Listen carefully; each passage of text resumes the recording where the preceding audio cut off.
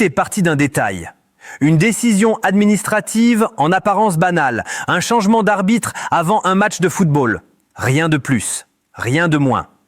Sauf que le match, ce n'est pas n'importe lequel, c'est Maroc, Cameroun, et que derrière cette nomination, ce n'est pas le sport qui se joue, mais une lutte d'influence bien plus vaste, bien plus silencieuse et infiniment plus dangereuse. Car ce que beaucoup ont pris pour une simple polémique arbitrale n'est en réalité que la partie émergée d'un affrontement beaucoup plus profond. Un affrontement où le football n'est plus une fin mais un outil, un levier de pouvoir, un terrain de projection géopolitique. Souvenez-vous, l'avant-match est déjà sous tension. Le Maroc exige un changement d'arbitre. La CAF accepte. Le signal est envoyé.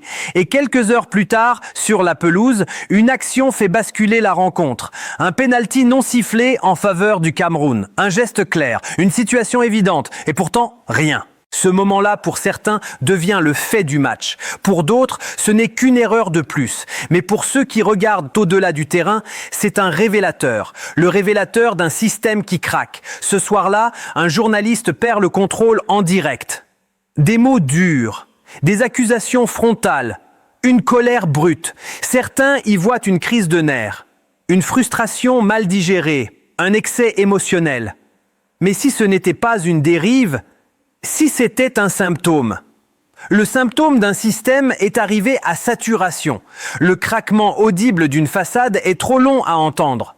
Le moment où les coulisses remontent brutalement à la surface. Car aujourd'hui, le football africain n'est plus seulement un sport. C'est une arène où se croisent intérêts économiques, stratégies politiques et lutte de souveraineté. Et au cœur de cette arène, un acteur dérange plus que tous les autres, l'Algérie. Pourquoi l'Algérie ? Pourquoi ce pays cristallise-t-il autant de tensions, autant de crispations, autant de récits contradictoires? Pour comprendre, il faut regarder le système dans son ensemble. 3 pôles structurent aujourd'hui le football africain. D'abord, le bloc hégémonique, celui de l'argent, des sponsors, des grandes puissances économiques. Son langage est simple, droit télé, marketing, rentabilité, image internationale. Il veut un football africain rentable, lisse, contrôlable, un produit. Ensuite, le bloc de l'influence historique, moins financier mais extrêmement puissant symboliquement. Celui qui raconte le football africain, qui en façonne le récit, qui distribue les bons et les mauvais points dans l'opinion. Un soft power redoutable. Et enfin, le 3e bloc, le plus dérangeant, le bloc souverainiste, celui qui refuse la tutelle, le contrôle, l'ingérence, celui qui affirme que le football africain doit appartenir aux Africains. Et dans ce bloc-là, l'Algérie occupe une place centrale. Pourquoi ? Parce qu'elle n'est ni achetable ni alignée, parce qu'elle dispose d'un poids diplomatique réel, parce qu'elle assume une indépendance de décision, et surtout parce que sa simple présence complique toutes les manœuvres. Dans un système où l'arbitrage est parfois utilisé comme variable d'ajustement, l'Algérie devient un projecteur qui éclaire les zones d'ombre, qui rend visible chaque décision suspecte, qui transforme la moindre erreur en affaire d'État. Et c'est précisément pour cela qu'elle dérange.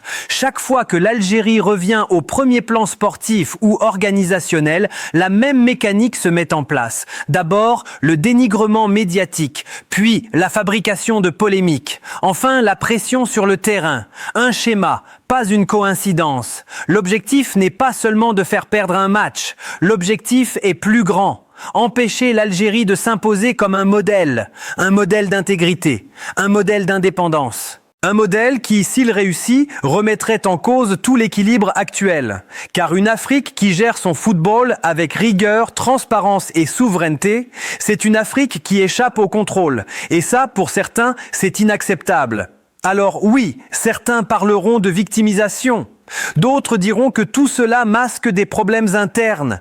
Et peut-être que ces conférences ne sont pas totalement fausses. Mais ce qui frappe, c'est la convergence des signaux, la répétition des scénarios, la régularité des tensions. Ce n'est plus une paranoïa isolée. C'est un rapport de force. Et dans ce rapport de force, le football devient un miroir des luttes de pouvoir sur le continent. Un miroir où chaque décision arbitrale faute, chaque polémique dépasse largement les 90 minutes. Alors quand un journaliste explose en direct, ce n'est peut-être pas seulement de la colère, c'est peut-être l'aveu involontaire que quelque chose est en train de changer, que certains mécanismes ne fonctionnent plus aussi bien, que le contrôle se fissure, car au fond, ce que révèle cette affaire, c'est une vérité simple et dérangeante. Le football africain est devenu un champ de bataille symbolique. Et l'Algérie, qu'on l'apprécie ou non, a choisi d'y jouer sa propre partition. Pas seulement pour gagner des matchs, mais pour défendre une idée, celle d'un sport digne, d'un jeu juste et d'un continent capable de se gouverner lui-même.